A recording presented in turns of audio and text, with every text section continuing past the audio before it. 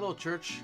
We want to thank you for following us for these last 15 weeks in the spiritual growth resources.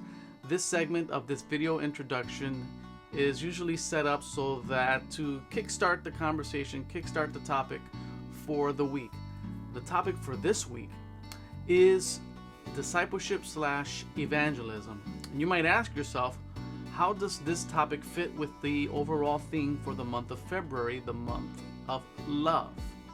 If you love somebody, you want to share good news with them. You want to share that which has transformed your life, that which makes a difference in your life. You want to share not just information, but you want to share experiences. You want to share relationships. You want to share what is meaningful to you.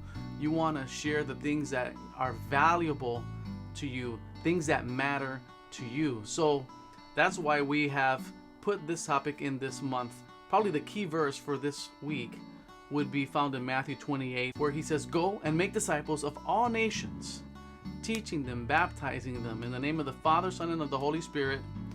That is the mandate that Jesus gave his disciples. That is the mandate that Jesus has given to us.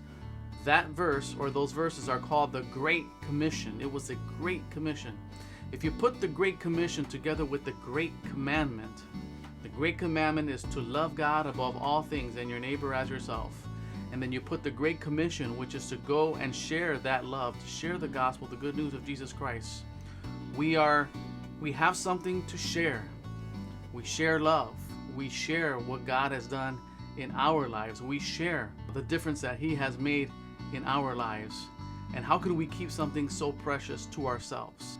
So to consider and ponder for this week, what does this verse, Matthew 28, verse 16 through 18, how do we apply that to our life? When Jesus said, "Go and make disciples," what did the disciples look back to as a frame of reference, as what that even meant? What is your practice?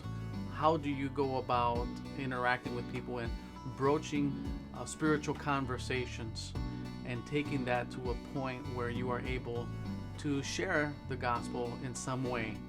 So these are tough questions probably to consider and to ponder, but nevertheless, they're here to challenge us and to make us think and hopefully prompt us to action.